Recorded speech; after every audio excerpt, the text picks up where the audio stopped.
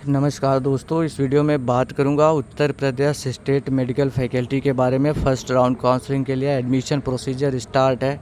जिनको भी seat allot हो गई वो सभी स्टूडेंट्स एडमिशन ले सकते हैं। डेट को बढ़ाया गया है एक बार फैकल्टी के द्वारा, क्योंकि बीच में छुट्टियां ढेर सारी पड़ रही थी, जिसके चलते फैकल्टी ने यह डिसाइड किया कि डेट को बढ़ा दिया जाए। ठीक है, आइए ज़रा सा शेड्यूल आपको दिखा देते हैं। ये 14 अगस्त का नोटिफिकेशन है। पहले एडमिशन लेने का डेट 18 अगस्त तक था, तो फैकल्टी ने उसको बढ़ा करके 21 अगस्त तक कर दिया है।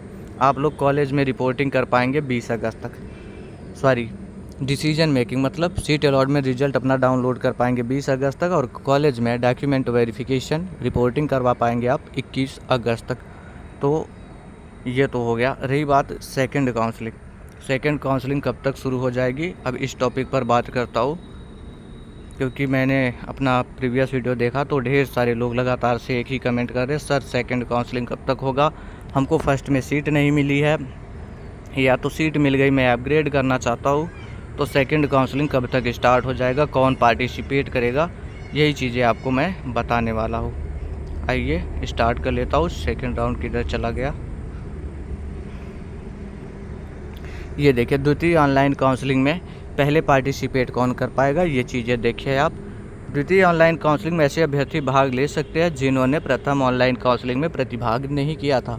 मेरिट लिस्ट में आपका नाम आया, लेकिन आपने किसी भी कारणवश अगर नहीं कर पाया फर्स्ट राउंड काउंसलिंग, तो आप सेकंड में पार्टिसिपेट कर सकते हैं। द्वितीय ऑनलाइन काउंसलिंग में ऐसे अभ्यर्थी भाग ले सकते हैं जिन्होंने प्रथम ऑनलाइन काउंसलिंग में प्रतिभाग किया, लेकिन उनको सीट नहीं अलॉट हुई। आपने पार्टिसिपेट किया आपके चॉइस प्रेफरेंस के हिसाब से, या तो आपकी रैंक ज़्यादा हो गई, आपको सीट नहीं मिला, तो आप पार्टिसिपेट कर सकते हैं। ऐसे अभ्यर्थियों को पुनः रजिस्ट्रेशन एवं सिक्योरिटी फीस जमा करने की आवश्यकता नहीं होगी। मतलब सीट अगर नहीं अलॉट हुआ, फर्स्ट राउंड काउंसलिंग किए थे, तो एक भी रुपये नहीं लगेगा, 0 रुपीज़। इतने में ही आप सेकेंड राउंड काउंसलिंग कर सकते हो। एक भी रुपये चार्ज नहीं है, ना तो रजिस्ट्रेशन फ़ीस देना है, ना सिक्योरिटी फीस देना है।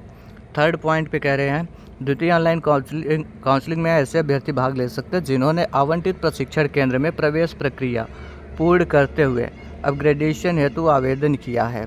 ऐसे अभ्यर्थियों को पुनः सिर्फ रजिस्ट्रेशन फ़ीस जमा करते हुए प्रतिभाग करना होगा। जिन्होंने एडमिशन प्रोसीजर कंप्लीट कर लिया, तो वो कैंडिडेट चाहे सेकंड काउंसलिंग कर सकते, कोर्स या कॉलेज अपना अपग्रेड कर सकते हैं। अब इसमें डाउट हो रहा कि 43,000 दे करके मैंने एडमिशन प्रोसीजर सर कंप्लीट किया, 19,000 अलॉटमेंट रिजल्ट का दे दिया, 19,000 कॉलेज में जाके सबमिट किया है रिपोर्टिंग के टाइम पर, और 5,000 का मैं सिक्योरिटी फ़ीस दे चुका हूँ, तो अब मैं कैसे करूँगा। तो देखो दोस्तों, आपके कॉलेज से 19,000 रुपये रिफ़ंड कर दिए जाएंगे, रिटर्न कर दिए जाएंगे। जिस कॉलेज में आपने दिया है अलॉटमेंट रिजल्ट का पैसा नहीं रिटर्न किया जाएगा, लेकिन सेकंड काउंसलिंग में अगर सीट मिलती है तो आप अलॉटमेंट रिजल्ट बिल्कुल फ्री में डाउनलोड कर पाएंगे। उसके लिए एक भी रुपये चार्ज आपको देने की ज़रूरत नहीं होगी। अगले पॉइंट को देखते हैं। लेकिन ध्यान देंगे ये अभ्यर्थी जो अपग्रेड के लिए जा रहे हैं, ऐसे अभ्यर्थियों को पुनः सिर्फ रजिस्ट्रेशन फ़ीस जमा करते हुए प्रतिभाग करना है। मतलब सिर्फ और सिर्फ 500 रुपये लगेगा। जो लोग अपग्रेड करने जा रहे हैं वो रजिस्ट्रेशन फ़ीस है, यही आपका लगेगा। नेक्स्ट पॉइंट को पढ़िए, नंबर 4 को। द्वितीय ऑनलाइन काउंसलिंग में ऐसे अभ्यर्थी भाग ले सकते हैं जिन्होंने प्रथम ऑनलाइन काउंसलिंग में सीट आवंटित होने के पश्चात आवंटित प्रशिक्षण केंद्र पर प्रवेश प्रक्रिया पूरी नहीं की थी, रिपोर्टिंग नहीं की थी। ऐसे अभ्यर्थी पुनः रजिस्ट्रेशन एवं सिक्योरिटी फीस, कहने का मतलब सीट आपको अलॉट हो गई, लेकिन आपने अलॉटमेंट रिजल्ट डाउनलोड नहीं किया, या कॉलेज में एडमिशन कराने नहीं गए, रिपोर्टिंग कराने नहीं गए, डॉक्यूमेंट वेरिफिकेशन के लिए नहीं गए, तो आपको फिर से सिक्योरिटी फ़ीस और रजिस्ट्रेशन फ़ीस दोनों ही देना होगा, तभी पार्टिसिपेट कर सकते हैं। मतलब 5,500 रुपये देने होंगे, तब पार्टिसिपेट कर सकते हो। आखिरी पॉइंट में कह रहे हैं, द्वितीय ऑनलाइन काउंसलिंग में ऐसे अभ्यर्थी भाग ले सकते हैं जिनके डॉक्यूमेंट्स निरस्त कर दिए गए थे। ठीक है, जिनका प्रथम ऑनलाइन काउंसलिंग में संबंधित प्रशिक्षण केंद्र द्वारा कोई प्रपत्र डॉक्यूमेंट निरस्त कर दिया गया था, परंतु अभ्यर्थी द्वारा दूसरे चक्र की काउंसलिंग से पूर्व सही करा लिया हो।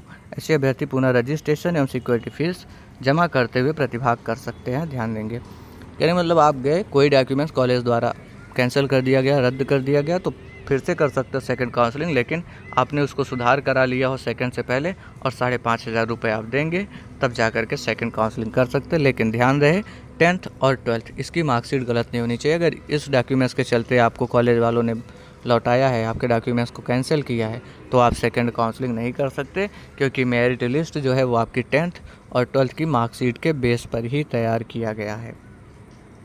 अब एक आखिरी क्वेश्चन जो आपका है कि सर आखिर में सेकंड राउंड काउंसलिंग कब तक होगा, तो ध्यान दें फर्स्ट राउंड काउंसलिंग के लिए 21 अगस्त तक डॉक्यूमेंट वेरिफिकेशन चलेगा, कॉलेज में रिपोर्टिंग चलेगी, तो इसके बाद ही होना है सेकंड राउंड काउंसलिंग।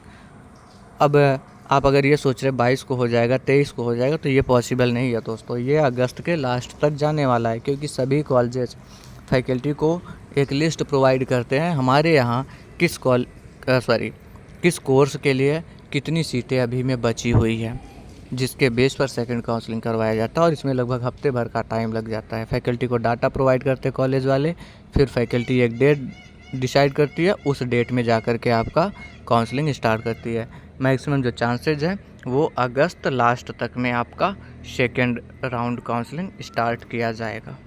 ठीक है, 25 के बाद ही मान के चलिए कि 25 के बाद ही सेकंड काउंसलिंग होने वाला है, और होगा तो मैं आपको इन्फॉर्म करूंगा, हर एक अपडेट देता हूँ आप तक, तो ये अपडेट भी आप तक प्रोवाइड करूंगा।